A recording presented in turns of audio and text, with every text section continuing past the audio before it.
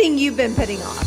Maybe you say, someday I'll do that, or when I have more time. Whether the item is a big bucket list item or something smaller like going on a hike, now is the time to start your Say Yes list. And we have the perfect process to help you turn these items into reality. Join thousands of others with our free Say Yes list template at thesayesexperience.com/list.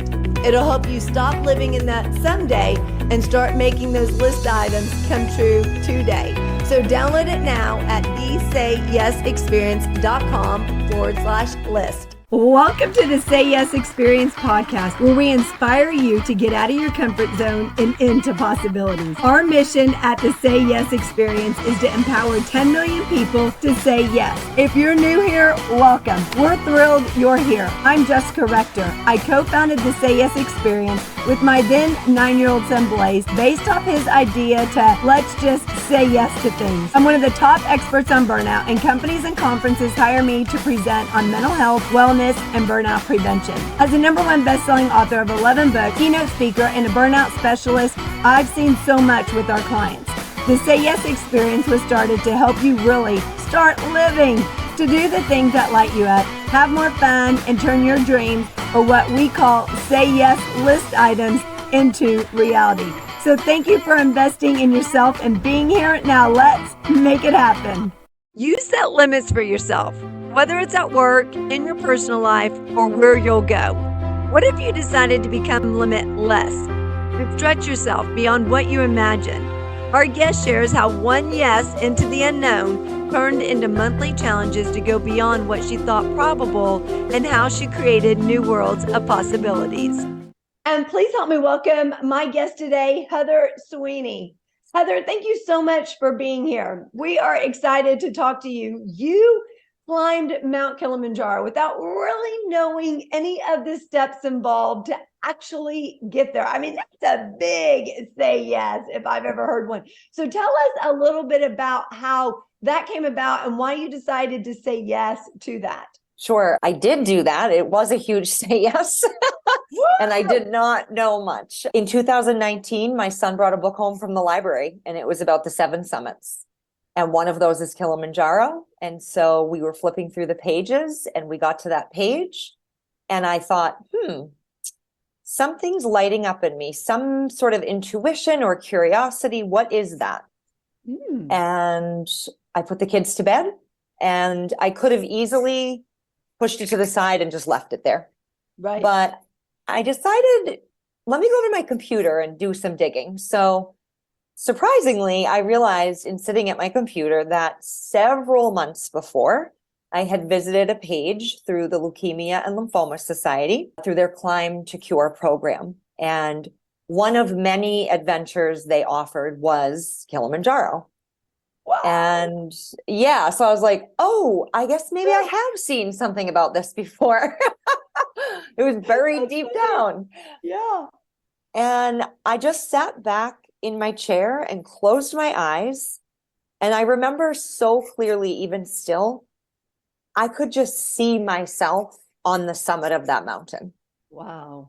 I didn't know anything. I didn't know where I was going in the world, as I realized a week later when a friend asked me about, well, where is that? I said, I would look into that. But yeah, it was just this pull in this moment of, you're meant to do this. This is a yes for sure. Yeah. And I sent an email and committed to it, and then realized how much I didn't know. That is so crazy. So what's really interesting is that you had visited something about it completely unrelated. So maybe, it was something in your subconscious that was pulling you into just doing it. So once you said yes to it and you said, okay, I'm going to do this, what did you then find out that you just didn't know about? And for those people who don't know where it's located, tell everybody where it's located. Yeah, for sure. That's the first thing I found out. Yeah. So I knew it was in Africa, but I really didn't think beyond that. And when my girlfriend asked me, so where is this mountain? I looked it up and I realized that it's in Tanzania. Yeah. So after that, I started thinking, okay, wow, this is a really big undertaking. I have climbed mountains, At the time, the highest peak I had climbed was here in New Hampshire where I live, and that's Mount Washington. So just over 6,000 feet. Kilimanjaro is over 19,000 feet. So Oh, yeah. there was a learning curve around the gear that I would need to find and purchase and borrow. I needed to figure out training plans, not just physically, which is probably where listeners' minds go originally, right? Mm-hmm. But we learned in conversation that about 85% of this particular climb is mental. So there was a lot of mental preparation, mindset work, and visualization. So how do you prepare for those kind of things? So I remember I did volunteer work in Africa many years ago, and I was going to South Africa, Ghana, and Tanzania. And I solely wanted to go to Tanzania for Mount Kilimanjaro. Well, things happened in that trip. So I ended up going straight from South Africa back home after a few months because the nonprofit I was working with ended up being a big scam. So I didn't get the chance for Mount Kilimanjaro. So I'm going to have to go back and do it. So, but share with us, what was that preparation? So, you know, you look at it and you think, okay, that would just be cool to do or cool to see. Now, for somebody who's never climbed a mountain, right? You said that you've climbed some out where you live. So if you've never climbed a mountain, what would that first initial prep work be? And it might be physical, and then kind of walk us through what that mental prep work looked like, because I think when people see a mountain, they immediately think physical. Oh, I don't know if I physically can climb that, and don't ever consider the mental aspect. So why is the mental aspect so important, and what does that look like as well? So that's so interesting how you just phrased that. People immediately think, oh, I couldn't do that, and they go to the physical, right? But the thought itself of I can't do that brings you right back to the mental game involved. So there's the shift of, I believe this is possible. I can, or I am capable of preparing and succeeding, right? So there's that shift that starts. But if, just like anything else, right? If you've never done something, it probably feels big and it might feel overwhelming, especially when you start looking into, oh, wow, there's all of these steps I need to take to really get to the finish, right? So I think first and foremost, I like to keep things simple and break them down. So if you're listening today and you're like, I've never climbed a mountain at all, Kilimanjaro is not in my playbook right now, but I would like to try a local smaller peak and get my feet wet. Awesome. Let's start with making sure we're just simply moving our body. We're getting our body in a place that's capable of walking, of taking a slow walk up a hill. Think about it in easier terms, right? Make sure gear-wise that you have good shoes or hiking boots that you're going to wear, because I can tell you years ago, I had a personal experience at Yosemite where my ankles were ripped to shreds and I had no way out. So it was a matter of, okay, let's work through this. I don't want anyone to be there. Making sure you have water to hydrate. There's just those simple steps you want to start with to set yourself up in a place where you're going to succeed. Just take it one step at a time, physically and also certainly mentally. One slow step at a time is literally how I got to the top of this mountain and back down. So again, whether it's a goal, whether it's a dream, whether it's a new skill you want to learn, keep it simple, break things down into small bite-sized steps, because you're really increasing, especially from a mindset perspective, the odds of succeeding.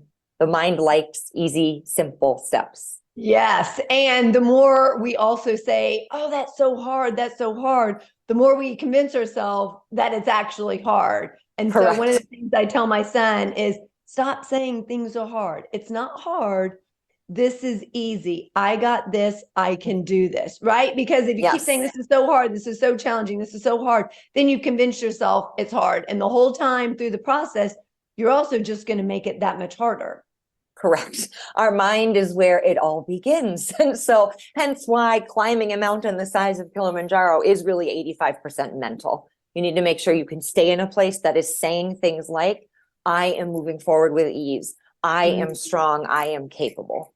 So but that applies to anything in life, right? Anytime that you think something's challenging. And so what are some other things that you were saying maybe to yourself before you climb Mount Kilimanjaro to help you prepare mentally, and then also during the process? Because people out there may be saying, Jessica, Heather, never climbing Mount Kilimanjaro, but these same principles still apply, whether at work, in relationships, in our personal life, when we're tackling a project or a task. Absolutely. So what are some of those things for you? Yep. So for me, first off, I would say when I think about, I've said visualization a few times, right? So for me, that looks like, and maybe for listeners could look like, not visualizing, like in my case of climbing this mountain, I was never closing my eyes and visualizing the 5 climate zones and the types of trees and the rocks I would see, because I had no point of reference. I had never done this. Just like if we've never launched this new project, we've never learned that new skill or tackled that new task, we can't get into the tangible details of it, right? But what we can do, which was what I did here, was really get into the feeling of it. So for me, it was, I am so excited to be standing on the top of this mountain. Can you believe you are here right now? Getting that into my DNA and into my body to feel how good it would feel once we got to the top. Imagining or visualizing and feeling my body continuing to be strong and flexible. And also, I did do some work going to times of my life with other specifically physical feats that I have sort of tackled to lean into the sort of pain that could come with that, right? At the time I was having an issue with my right knee. So really just feeling there's discomfort that is moving into ease. More about the feelings, not the tangible details, because we don't have those often. And, I think from my experience, super effective to lean into how it might feel. I was just going to ask, so how do you deal with challenges when you're in the middle of that big climb and challenges come up? Like, how do you deal with that? Because you don't want to go back down. You want to keep moving forward. So the biggest thing for me was, in my mind was set. I am not turning back to go down. I will share this, the night of our summit. So you summit this mountain overnight, the plan being you will arrive at sunrise. The night we summited, I made a rule. I will not look up, because then I have to see how much further I have to go. I'll see a headlamp of somebody that's further in front of me. But I will look back to see how far I came. That's and to remind myself, you've taken all those steps, take one more step. That's really, it broke down to one more step in that instance.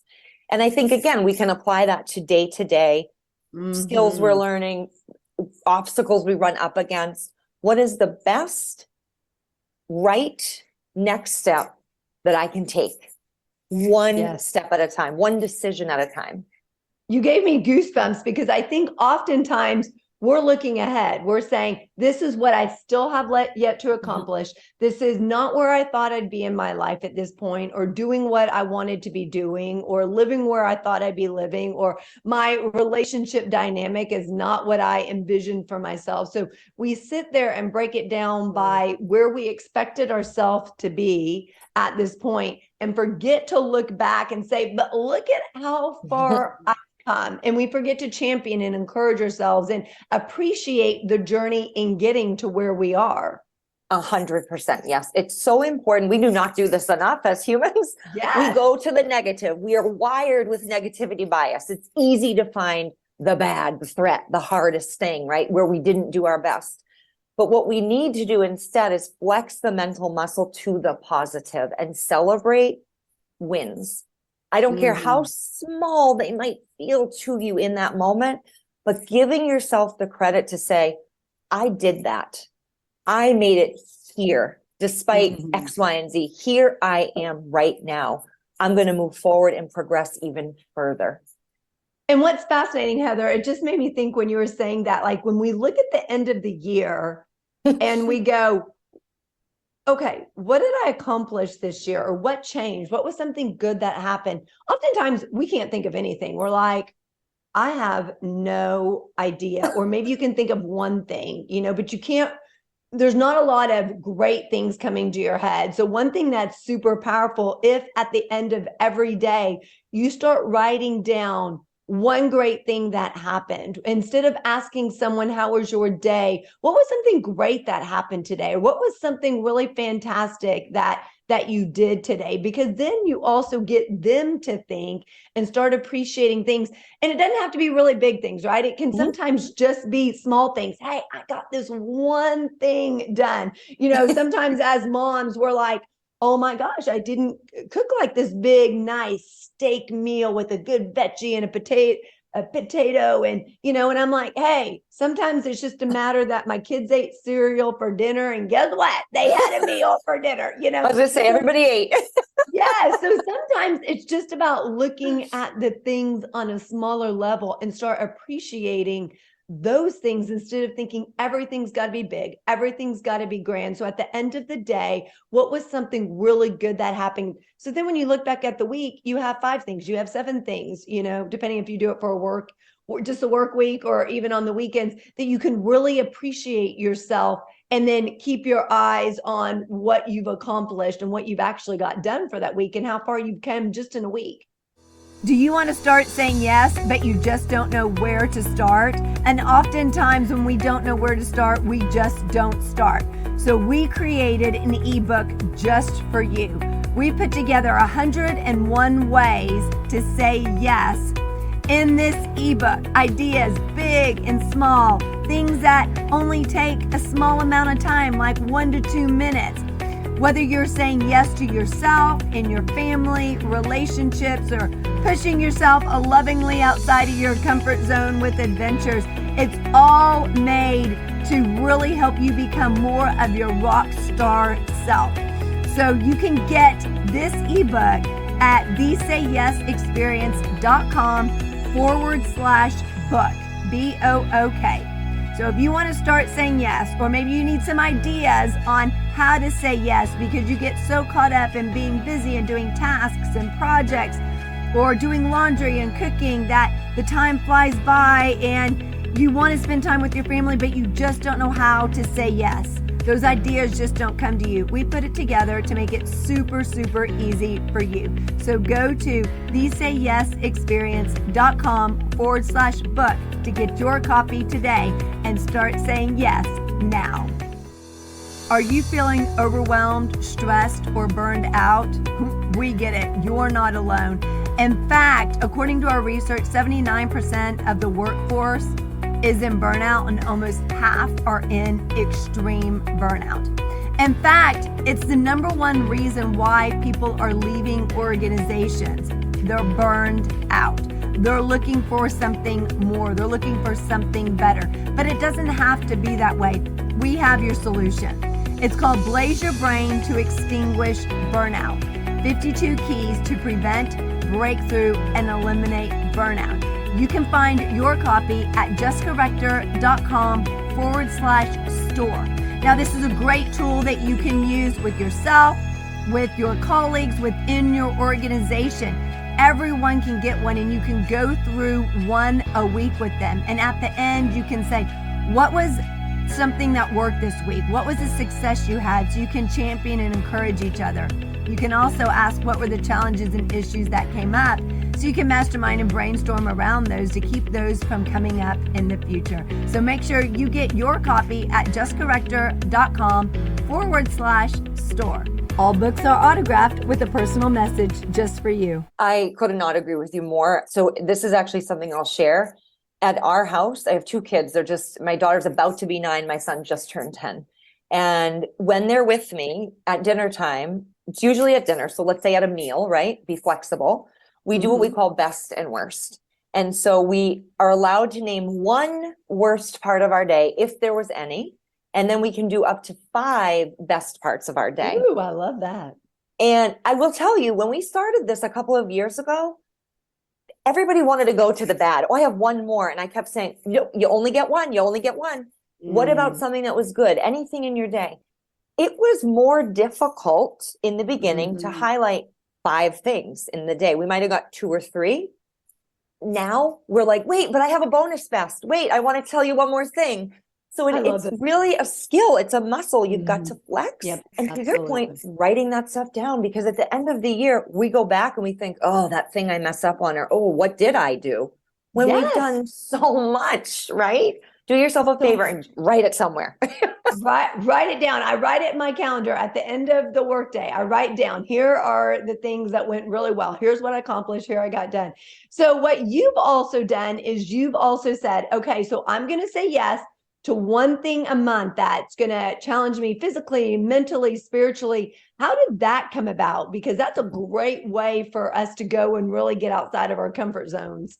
Sure, yeah. So, okay. So there's a lot of backstory, but I read a book called Limitless, and I believe it's Stephen Kotler is the author. If I'm wrong, I apologize. But I read this book, and already in my mind, it's right on my website. I say the only limits that exist are the limits we create in our mind.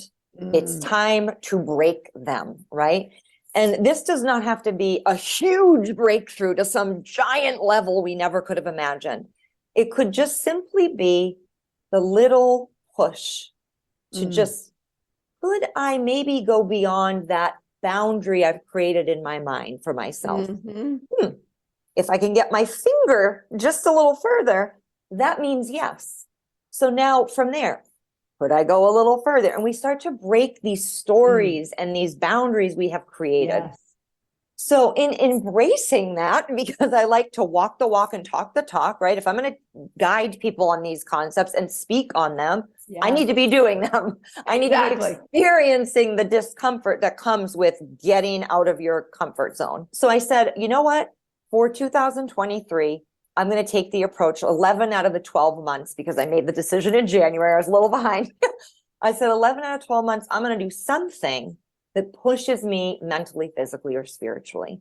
And there's a variety of different things and different, some are harder than others in my mind. Some are simpler in my mind, but they're all going to expose me to something I have never experienced, or it's been a really long time since I have. The example there, when I say a really long time, is skydiving. So I haven't done it in years. And there's this little bit of anxiety creeping up that I didn't have years ago. And I thought, well, I'm going to do it again and break past that boundary to remind myself, you're capable of this. Yes. Get uncomfortable, embrace that, and turn that energy into something positive and progressive for yourself. So what have you done so far this year? So far this year in February, me, my boyfriend, and my son, who's just 10, we did a polar plunge. So we're in New Hampshire. It was like 17 degrees Fahrenheit or something. There was ice on the lake.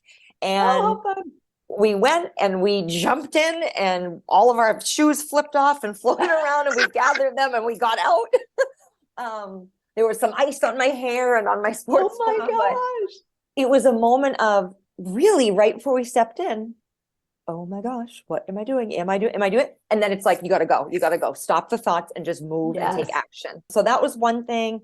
I went through a Reiki certification program. So more of a spiritual, personal and professional, kind of hits everything. In March, I'm actually leaving next week for a 9-day mindful outdoor guide course. So I just purchased a straight edge knife with a fire starting flint on it. I've not done this, but these will be all new experiences that I'm just really excited to embrace. So what have you found when you're embracing them? What have you found how you feel before, during, and then after? I mean, the polar plunge, I don't know how you felt during, because it was probably so fast. I don't even know if when you're doing it that fast, if by the time it kind of sinks in, maybe you're already out and you're like, and then like the cold, then like, you realize how cold it was. So when you're doing this, how are you feeling before, during, and then after? So I think before, and I'll use the experiences I've had this year, and then I'm just going to think back to kind of other things. But typically before I start with excitement, I'm like, oh, I'm going to do this thing. It's going to be great, right? Like we all do. Yeah. And then I have these moments of like, oh, what's that? I think there's some anxiety starting, oh, I'm feeling a little bit nauseous. Yep, that's the fear. And all of these other emotions start to come up that's natural. That's going to happen, right? This is not a, well, let's do something new and it's just so easy.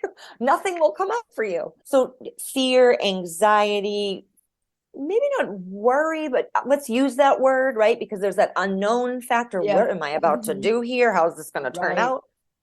And as I'm moving into the experience, I typically will find a way to ground that energy and begin to shift it into that fire inside myself, the initial reasoning for doing this thing. In the moment, I tend to be I'm there, I'm in it, I'm doing it, right? It's like anything, you're so close to it, you're not processing or reflecting on anything, right? It's like, I'm just moving through this and experiencing, and here's what I'm sort of noticing, but I'll come back to that when I'm done. Yes. And after, quite honestly, every time, there's always a great story that comes from it. There's always a sense of, wow, I just did that. Despite whatever obstacles might have come up along the way, I did that. And most importantly for me, I realized, wow, I learned a lot about something new to myself and also myself. So I guess, there's this progression of emotion and feeling. It's a process, but what's always fascinating to me, especially if I'm doing something that scares me, that I feel that fear come up, I also recognize in myself, the longer I sit in that, the less likely I am to do it. So for me, I call it think less and I'll achieve more. I have to stop thinking of it and I just have to act. I just have to do it, because if I sit in it, I will continue that story of, okay, I'm scared. It's this high. I don't know what's going to happen. Am I safe? Am I, like, all these thoughts? And then those thoughts keep repeating themselves. And then if you don't do it, that becomes the story. You start telling yourself, oh no, that's too scary. Oh, that's not safe. That's, the unknown is too big for me. That becomes a story. So I always say, you don't want that to be your story, Jessica. So stop thinking. And then I literally have to tell myself, stop thinking, just do it. Jessica, go, go, go, go. And then you have to just do it, because you just think so much about it. You'll talk yourself out of it. That's the power of our mind, isn't it? It's so fun how it works. Think, and all of a sudden you're paralyzed. Do, and you're now moving in some direction. You'll navigate if you need to, but at least you are moving and taking action. So I couldn't agree with you more on that. I'd say rip off the Band-Aid, like do something to move yourself forward, despite those thoughts that are beginning to ruminate. Shut them down. Sooner you shut them down, the more successful you will be. And every aspect of your life, every relationship you have, things that you're trying to tackle when change or challenges come up, in every way. So what's up next for you on the list of what you're going to do once a month? What's coming up? You've shared with us what you were doing. Apparently you're going to do skydiving at some point. What else? Do you have any ideas of what else you're going to be doing? So this fall, I'm going to a weekend retreat that deals with spiritual connection, is really the best way to describe that. But it's a little out of my comfort zone. So I'm excited right now. I'm probably going to go into the phase of, oh, what are you doing here? I'm leaving in 9 days for that outdoor certification. I also, if I bump out to winter months coming later this year in New England, I will look to do an ice climb through somebody I know that runs those in the White Mountains. So I haven't done anything like that. Definitely different equipment and gear, but right now I'm excited. That sounds super fascinating. Oh my gosh. That sounds super fun too. So what are you going to do next year? You said you were going to do this for this year. What happens to that, like once a month, to challenge yourself? What happens once the year's over with? I don't know yet. I would hope that doing all of these things intentionally and proactively this year, and just thinking about, again, in the short window I've had, how great these experiences have been, despite the discomfort, right? And despite navigating obstacles. I would like to think that I am building a muscle here to continue down this path into next year and for many years to come, of being willing to take a step forward through fear into courage, and continue to redefine what I think my limits are and see where that leads me. What do you find the most powerful thing is, kind of going back to your Mount Kilimanjaro and how you said yes without knowing the steps? what do you think the most powerful thing is in saying yes without knowing the steps? Or how can people, because oftentimes, before we say yes, we want to have everything laid out. We want to know this step and then this step and then this step, and not really trusting the process, what I call the process of it, but saying yes and then knowing that everything's going to work itself out. What was that process like for you? And why do you think it's important for people to say yes without knowing all of those steps? I think when you say yes in these different scenarios we're talking through in life, you're saying yes to investing in yourself. You're saying, yes, I know I'm going to move forward and do this thing. Yes. And to your point, trusting the process, I like to remind myself, here we are making plans and the universe is laughing at us because it's going to hand us something else. Right. So I just remind myself of that, because I too can get into a place of, well, what would we do to get there? What would that roadmap look like? What are all the things I would need? Right. But I want to say yes to me and possibility and learning and a great story, if nothing else. Right. And give myself a chance to find out for real and not just imagine, but do something and experience it and find out, I moved right through that. It might not have felt easy at times, but I continued to push forward and persist and get there. So I think you're saying yes to believing in yourself. And why wouldn't we want to do that? That's powerful. And then once you do that the first time, once you do it the second time, once you keep doing it, it also becomes easier for you to continue doing it, but it also builds your confidence in various other aspects of your life. You say, okay, well, I was able to climb Mount Kilimanjaro. Now doing this ice climbing might be a little bit easier, although it's different. It might be a little bit easier in the mental aspect. I'll have to learn all these other things. So it builds our confidence in other areas of our lives to keep going and to keep being the best version of us. That's right. It's a muscle, right? You just keep flexing it. And the more we flex it, the more the confidence rises, the more the belief comes up, the more we say, I've done something in this vein before. I'm going to do it again. I am doing it right now. And there's just so much power in that. I love that. Thank you so much for joining us, Heather. We're excited to see where you go next and what you continue to do. And I think it's a great thing for us all to really incorporate in our own lives, that once a month, we're going to do something that stretches us physically, mentally, spiritually, to get outside of our comfort zone and into possibilities. And we don't have to know every step of the way. We say yes anyways. And something amazing waits for us on the other side. We'll see you next time. Have an awesome day. Are you ready to move to your next level of rockstar greatness? CFO, Chief Fun Officer, #1 best-selling author, and keynote speaker Blaze Rector is ready to help you do that. At just 10 years old, he's already written 2 #1 best-selling books.